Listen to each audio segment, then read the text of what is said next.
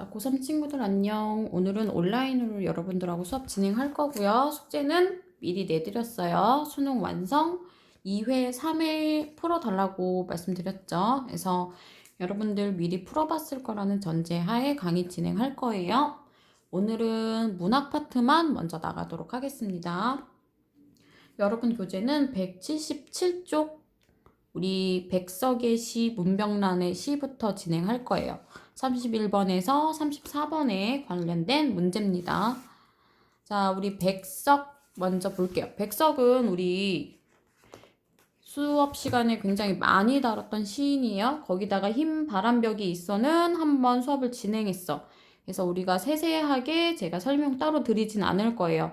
굉장히 중요한 시고 중요한 시인이니까 잘 모르는 친구들은 꼭 다시 찾아보도록 해줬으면 좋겠어요.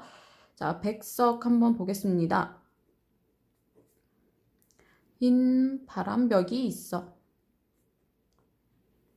자, 백석 씨의 특징 뭐가 있다고 했을까요? 백석 씨의 특징 굉장히 길죠. 일단은 자, 산문체의 시라는 특징이 있고 고향에 관한 이야기를 많이 한다. 그래서 고향에 관한 어떤 고향의 정겨움에 관한 시가 하나 있었죠. 여운한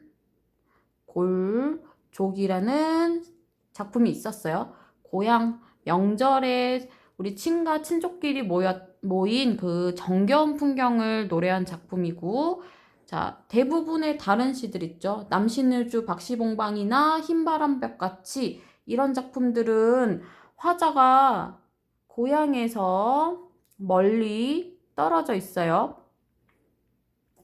그래서 타지에서 느끼는 쓸쓸함이나 가족들에 대한 그리움을 노래한 시가 대부분이다. 그리고 이 사람은 북한 지역에 있었던 사람이죠. 고향이 북한 지역이야. 그렇다 보니까 방언을 많이 사용한다. 사투리가 시에 방언과 사투리가 섞여 있다. 이런 부분들 체크하면서 공부해 주셔야 돼요. 백석 꼭 기억해 줘야 되는 시고요. 자, 흰 바람벽 가볍게 살펴보겠습니다. 자, 가봅시다.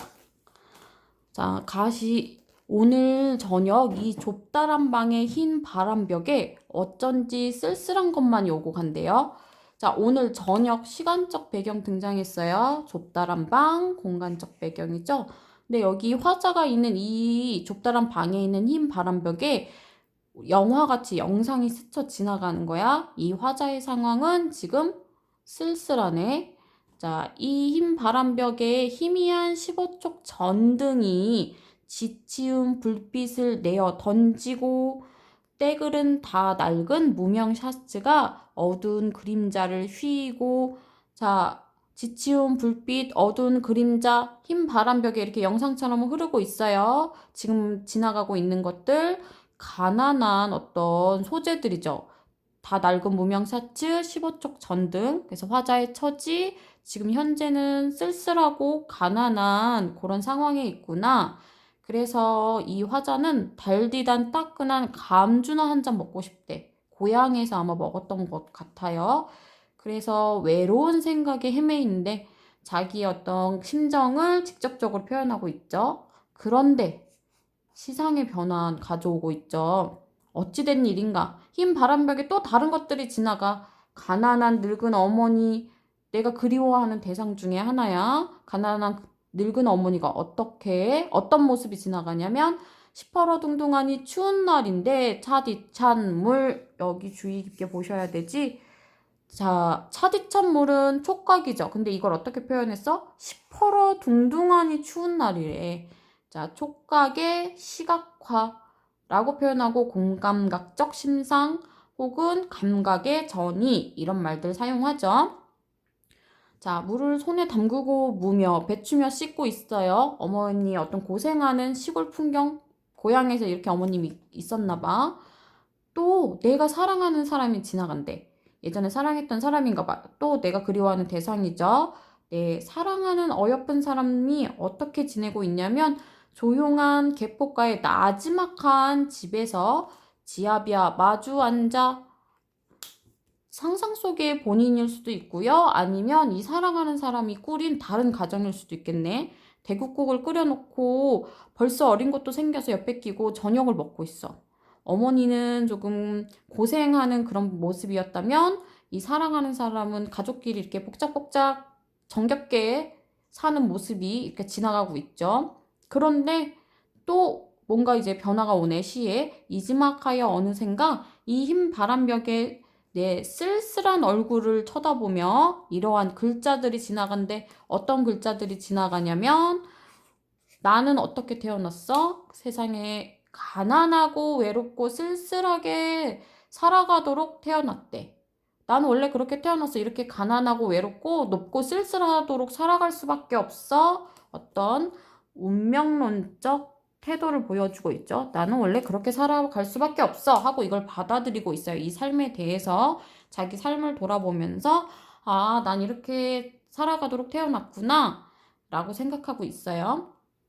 그리고 이 세상을 살아가는데 내 가슴은 어떻대요? 자, 너무 많이 뜨거운 것으로, 호젓한 것으로, 사랑으로, 슬픔으로 가득 찬다.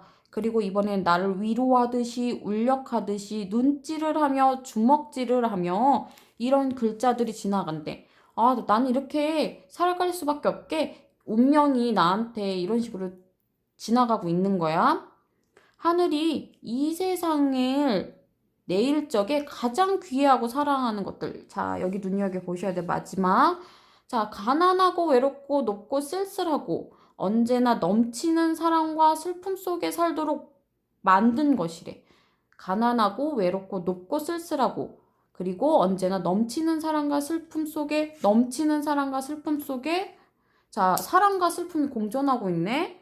있을 수 있는 일은 아니죠. 역설법 사용하고 있고 근데 내가 가난하고 외롭고 쓸쓸하게 살아가는 거는 하늘이 나를 사랑해서야. 그리고 나뿐만이 아니라 초생딸, 바구지꽃, 짝새와 당나귀가 그러하고 프랑시스 잼 이런 시인이죠.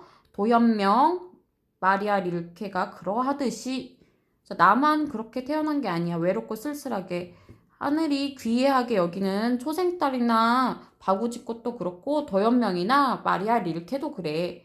이 사람들은 귀하기 때문에 신이 오히려 쓸쓸하게 만든 거야 라고 자기랑 동일시하게 생각하는 대상들이야.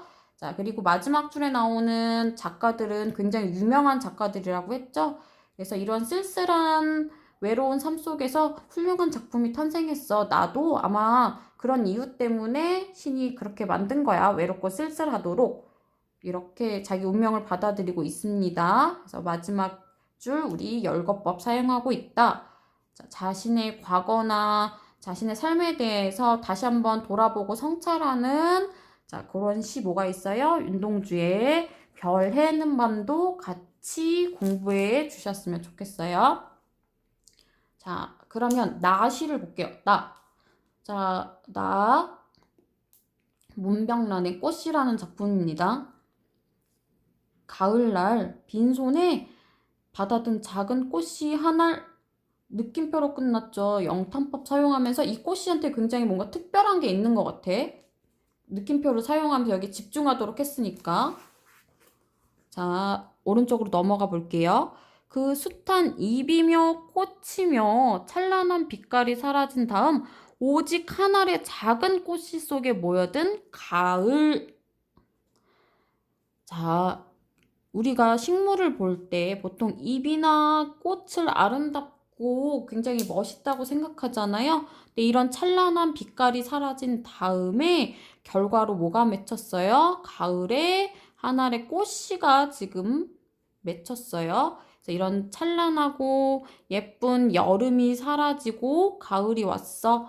그래서 꽃씨가 맺혔는데 오직 한 알의 작은 꽃이래요. 오직 하나. 그러니까 그 쓸쓸한 가을의 꽃이가 맺힌 게 뭔가 외롭고 쓸쓸한 이런 감정이라기보다는 오직 하나. 귀한 어떤 결과물인 것 같아요. 오직 하나라고 표현했으니까. 다음 년 한번 보겠습니다. 자, 빛나는 여름의 오후, 핏빛 꽃들의 몸부림이며 핏빛 꽃 꽃들의 몸부림, 꽃이 이만큼 여름이니까는 부쩍부쩍 크잖아? 그런 꽃들의 성장을 생동감 있게 표현했죠? 그리고 색채어를 사용했네. 시각적 심상 우리 여기서 볼 수 있고요. 뜨거운 노을의 입김이 여물어. 막 그 여름에 뜨거운 태양이나 이런 기온을 뭐라고 온도를 뜨거운 노을의 입김이라고 표현했어. 그래서 이게 여물어서 어떻게 하나의 무게로 만들어지는 거래. 하나의 무게 꽃씨를 이야기하는 것 같죠?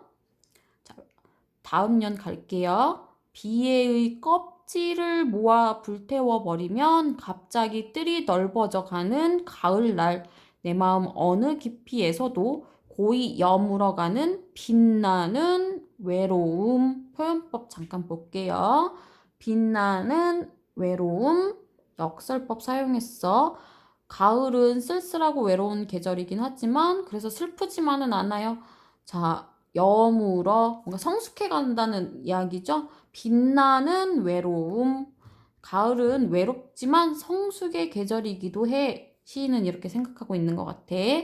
오늘은 한 알의 꽃씨를 골라 긴 기다림의 창변에 화려한 어제의 대화를 묻는데요. 그래서 화려한 과거 여름날에 아름다웠던 기억이나 이런 것을 다시 한번 생각해보고 성찰해보고 있어요, 화자는. 자, 여기서 그럼 꽃씨를 잠깐 한번 볼게요.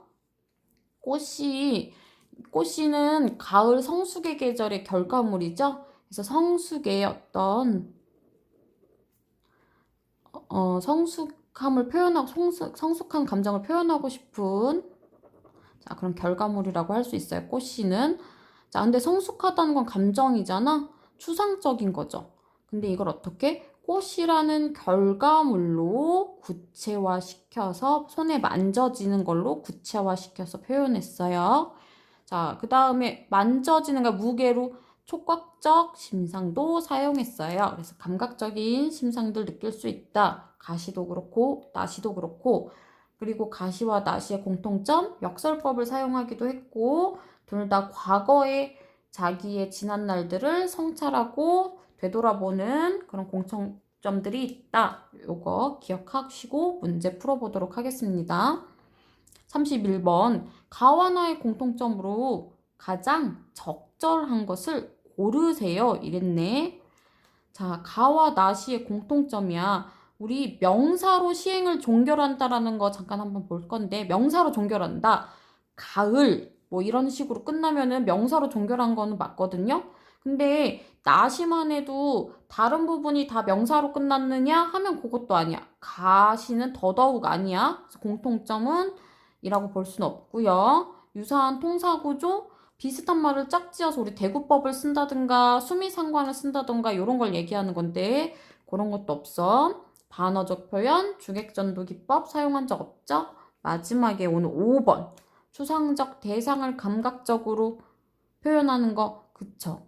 나시는 아까 방금 전에도 봤지만 성숙이라는 감정을 어떻게 해? 꽃이라는 만져지는 우리 물체로 표현했고 가시도 쓸쓸함, 외로움이 눈에 보이는 것처럼 우리 흰 바람벽에 지나가고 있잖아. 영화처럼. 그래서 이런 감정들을 눈에 보이는 것처럼 표현했다. 아, 형상화하여 표현했구나. 형상화, 만져지는 것처럼 보여지는 것처럼 표현했구나. 이런 뜻이거든요. 답은 5번이 되겠지. 뒷장 넘어가 보겠습니다. 32번 볼게요. 기억에서 미음에 대한 설명이 아닌 것을 고르래요. 기억에서 미음, 여러분들은 본인 책 잠깐 보실 거야. 앞에 있는 기억에서 미음, 본인 본문 보면서 선생님은 선지를 읽어줄 거예요. 자, 1번. 시공간에 애상적인 분위기를 조성하고 있다. 자, 앞에 어디였어? 가시의 가장 첫 번째 부분이었죠. 우리 거기 보면 오늘 저녁이 이 좁다란 방의 흰 바람벽 시공간 아까 시간적 배경 저녁 공간적 배경 좁다란 방 애상적인 슬픈 분위기 쓸쓸하다고 거기서 표현하고 있잖아요. 맞는 설명. 자, 니은 볼게요. 니은은 나는 이 세상에서 가난하고 외롭고 쓸쓸하니 살아가도록 태어났대요. 나는 원래 그렇게 태어났어. 신이 날 그렇게 만들었어. 아까 운명론적 인식을 담고 있다고 말했죠? 그럼 얘도 맞는 표현. 그 다음에 3번. 삶에 대한 회의적 태도를 나타내고 있다. 내가 이걸로 인해서 괴롭고 이건 아니라고 자꾸 생각하게 되는 게 회의적인 태도인데 지금 어떻게? 화자는 이런 삶을 받아들이고 있죠. 자신의 삶을 받아들이도록 하고 있어요. 그래서 우리 회의적인 태도를 보여주고 있다. 이 3번에 대한 설명은 맞는 설명이 아닌 것 같아. 자, 나와봅시다. 빈손에 받아든 작은 꽃이 하나 자연물을 보고 느낀 감탄을 표현하고 있다. 그쵸? 우리 영턴법 사용하면서 이게 뭔가 되게 중요한 대상인 것처럼 우리가 집중하게끔 만들어줬죠. 맞는 설명. 5번. 시적 대상의 생동감을 표현하고 있대. 시적 대상의 생동감. 미음이 어디야? 미음 보니까 미음 핏빛 꽃들의 몸부림이네. 그쵸? 우리 생동감 있게 꽃이 성장하는 걸 표현하고 있죠. 맞는 설명이에요. 답은 3번이었어. 33번 볼게요. A와 B에 대한 설명으로 적절한 걸 고르래. 자, 여러분은 본문 보시고요. 저는 선지 읽어드릴 거야. 본문 보세요. 177쪽에. A는 어디야? 하늘이 이 세상을 내일 적에 그가 가장 귀해하고 사랑하는 것들은 외롭고 먹독고 쓸쓸하게 태어났다. 하면서 막 프랑시스 잼 가고 도연명 거론하는 파트. 그 다음에 나는 어디야? B는 어디야? 나시에서 비의 껍질을 모아 불태워버리면 갑자기 뜰이 넓어지는 가을날 내 마음 어느 깊이에서도 거의 여물어가는 빛나는 외로움. 여기 파트였죠. 자, 답만 먼저 말씀드릴게요. 답을 먼저 말씀드리면은 4번이야. 그럼 왜 4번인지 설명 한번 해보자. 4번에 화자의 상황을 외적으로 확장한대. 이게 무슨 얘기야? 외적으로 확장한다. 화자의 상황, 아까 외로움, 쓸쓸함이었죠. 근데 나만 이래? 아니지. 우리 자연물도 그렇고 우리 뭐였죠? 여기 자연물들 바구지꽃, 초생달 이런 것도 그렇고 다른 릴케나 도연명 같은 사람도 그래. 나만의 감정은 아니야. 이런 식으로 외적으로 자신의 상황을 확장하고 있어. 가의 시는 나시 꽃이 보겠습니다. 자연물을 보고 가을은 성숙함을 그 결과물로 꽃씨를 주는구나 라고 외적인 상황을 보면서 자기의 뭔가 여름의 지난 날을 성찰해보는 계기가 되는 거죠. 그럼 자신의 내면을 보내. 반대로 외적인 상황에서 내적인 상황으로 우리 옮겨가는 거죠. 그래서 답은 4번이 되겠습니다. 34번 볼게요. 보기 봅시다. 시적의 인지의 대상들은 시공간, 시적 상황, 감각, 이미지 등을 범주로 포착하여 형상화한다. 그러면서 병치시키는 나란히 이렇게 보여주는 대위 구조를 활용한대요. 그래서 가의 늙은 어머니, 사랑하는 사람, 나에서는 가을과 여름을 대위시킨다. 이렇게 표현했어요. 그러면 아닌 거 볼게요. 1번. 흰 바람벽에서는 늙은 어머니를 나지막한 집은 사랑하는 사람을 공간의 범주로 대위시켜서 순수한 평온함을 환기하고 있다라고 했어. 자, 이게 무슨 얘기냐면 짝꿍을 맞게 짝지어졌냐 이런 얘기야. 흰 바람벽의 짝이 어머니냐라고 묻는 거야. 흰 바람벽의 짝은 어머니였나요? 흰 바람벽은 누구의 짝이야? 흰 바람벽을 바라보고 있는 건 누구였어요? 나였죠, 화자. 어머니하고 흰 바람벽은 짝꿍이 아니야. 나지막한 집에서 사는 건 사랑하는 사람이죠. 이건 짝꿍이 맞는데 앞에 있는 바람벽하고 늙은 어머니는 짝이 아니야. 일단 답은 1번이 되겠죠. 2번 잠깐 볼게. 가난하는 늙은 어머니. 그쵸? 막 아까 춥게 무랑 배추를 씻고 계시잖아. 그리고 어여쁘는 사랑하는 사람으로 지금 짝꿍을 만들었대. 맞는 설명. 3번. 차디찬물. 그쵸? 늙은 어머니 대국국을 끓여놓고 사랑하는 사람. 이거 짝꿍 맞죠? 4번. 작은은 가을은, 숱하는 여름을 감각의 범인주로 대위시켰대. 그쵸?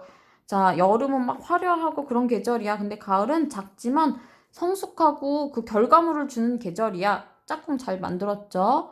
5번 여물어는 가을. 그쵸? 그걸 성숙함이라고 표현했고 여름은 빛나는 계절이야. 그래서 찬란해 라고 짝꿍이 만들었죠.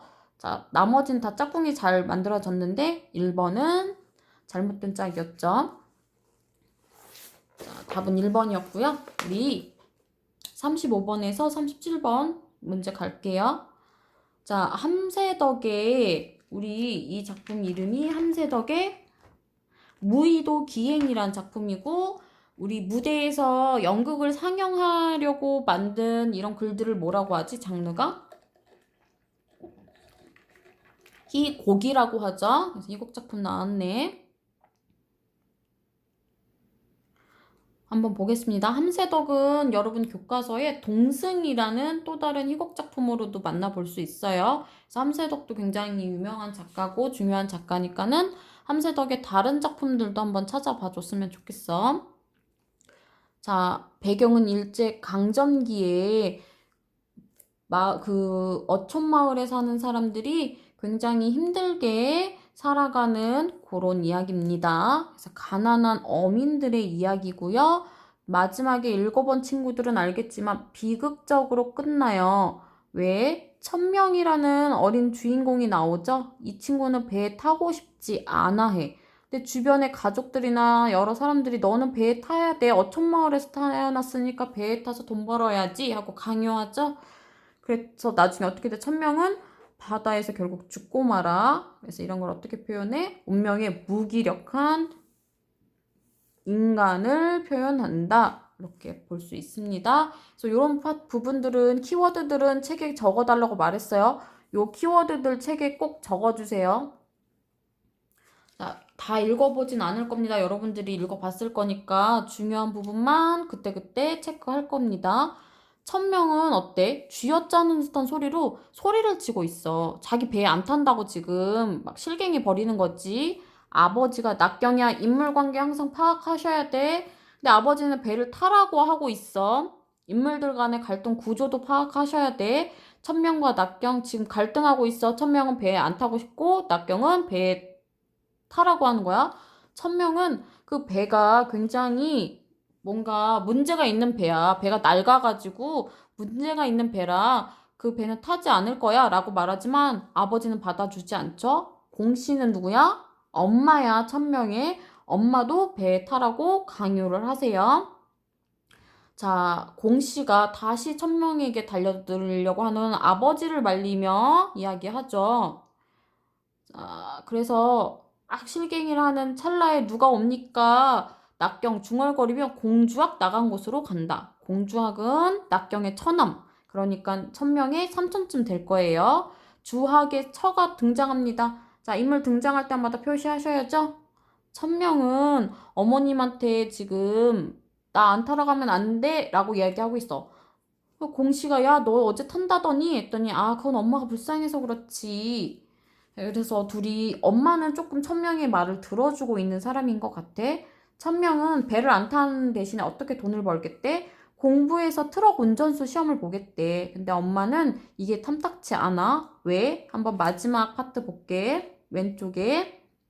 사람 치고 콩밥 먹으려고 그 무서운 운전수 자리를 들어가? 네 꼬락서니 안 봤으면 내 10년은 더 살았겠다. 이 일제강점기에 이런 차라는 거, 우리 자동차는 좀 생소한 거야. 그래서 위험한 수단이라고 생각하고 이 마을은 어촌마을 아주 예전부터 어촌마을이었던 거야. 그러니까 배를 타는 게 굉장히 당연하지. 그렇게 위험한 걸 타가지고 돈을 벌 수 있어? 라고 생각을 하는 거야. 주하게쳐. 자, 천명한테는 숙모쯤 되죠. 주하게 처가 뭐 어떻게 이야기합니까?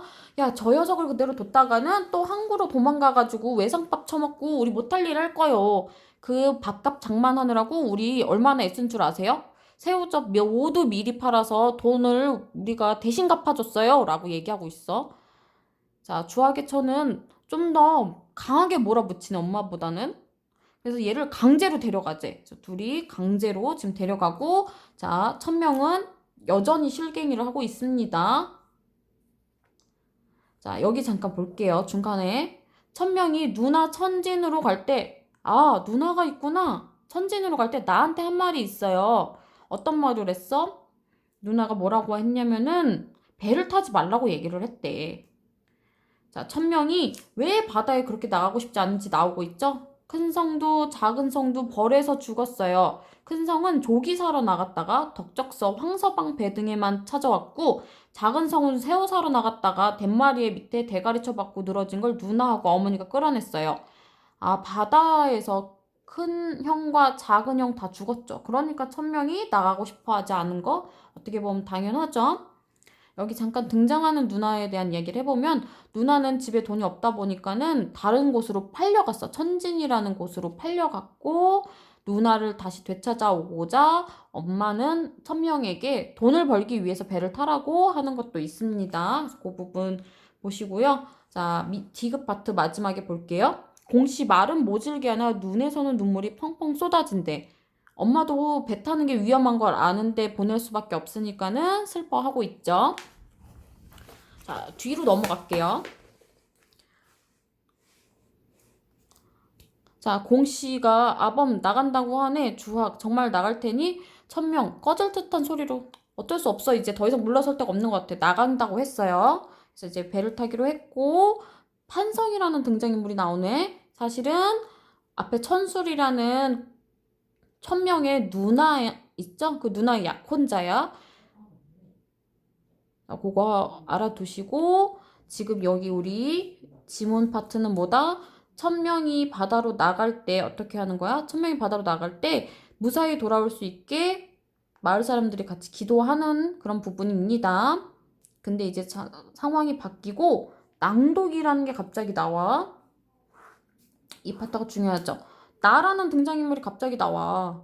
나는 이 서글픈 이야기를 그만 쓰고자 한데 이후에 배를 동아만재하고 돌아온다. 10월 하순 모진 노대를 만나 파선 배가 부서졌대. 해주 수상경찰서에 호출장을 받고 공주아까 낙경이 달려가 천명의 시체 결국 죽고 말았어. 찾아왔다. 그래서 부서진 널 쪽에다 허리띠로 몸을 묶고 해주 항내까지 흘러갔던 모양이다. 모두 행방불명이 됐다. 자, 이렇게 나레이션이 나오죠. 이게 누군지 한번 보겠습니다. 보니까 선생님 그렇게 나가기 싫다는 놈을 내가 나가게 했어요. 천명은 그가 6학년 때 내가 가르치던 아이였다. 천명의 선생님인가 봐. 이런 낭독 파트가 들어간 이유는 있겠죠. 어떤 이유가 있을까? 우리 이 이야기를 좀 더 요약적으로 전달해 줄 필요가 있을 때, 결과라든가 중간에 과정을 요약적으로 전달해 줄 필요가 있을 때 이런 나레이션 같은 파트가 들어가겠죠. 그래서 이거 한번 눈여겨보시고 문제 볼게요. 자, 문제 보겠습니다. 35번. 자, 기억에서 미음을 통해 등장인물의 심리에 대한 걸로 적절하지 않은 걸 골라달래요. 기억에서 미음 여러분들은 본문 보고 저는 선지 읽을 거예요. 본문 한 장 넘어가셔갖고 본문 보겠습니다. 자, 기억은 맨 처음에 있었죠. 천명, 쥐어짜는 듯한 소리로 얘기하는 거야. 천명은 주변 사람들이 자신을 강제로 배에 태우려고 하는 것에 대해 강한 거부감을 느끼고 있다. 맞는 설명이죠. 니은, 주악의 천은, 니은 잠깐 먼저 볼까? 니은은 중간쯤에 있어. 쭉 내려오시면 주악의 처, 사장에서 들어와 증오의 첫눈으로 천명은 지금 막 째려보고 있어. 왜? 주악의 처는 주변 사람들이 말을 듣지 않는 천명을 못마땅하게 여기고 있어. 그쵸? 그래서 막 강제로 데려가자고 하잖아. 디귿이 어딨어? 아, 디귿. 우리 79쪽 마지막 줄에 있네. 공씨 말은 모질게 하나 눈에서 눈물이 펑펑. 자, 엄마가 어땠어? 배 타려 하지 않는 천명을 이해하지만은 태울 수밖에 없어서 슬퍼하고 있죠. 맞는 설명. 리를 볼게. 왼쪽에 있네. 한 장 다시 넘기셔가지고 우리 문제 왼쪽에 있어. 꺼질 듯한 소리로. 천명은 부모의 뜻을 거스르고 마음대로 행동하려는 것에 대해 후회? 아니죠.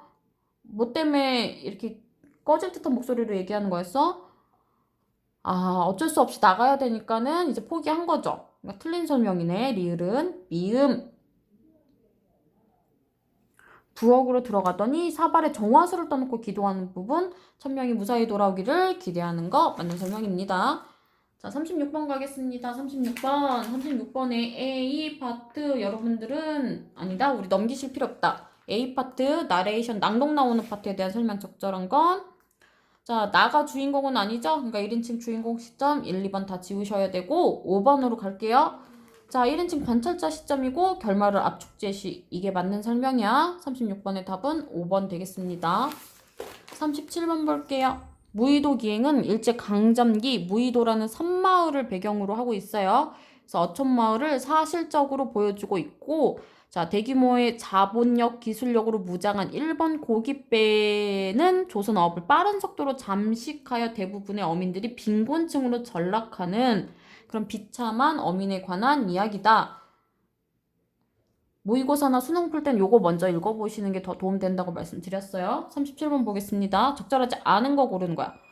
1. 그 벤 부자리가 헐었어요. 천명이 말한 파트죠. 맨 처음에 아빠랑 실갱이 할 때 낡은 배를 타고 고기를 잡아야 했던 일제 강점기 조선 어업의 열악한 상황. 맞는 설명이야.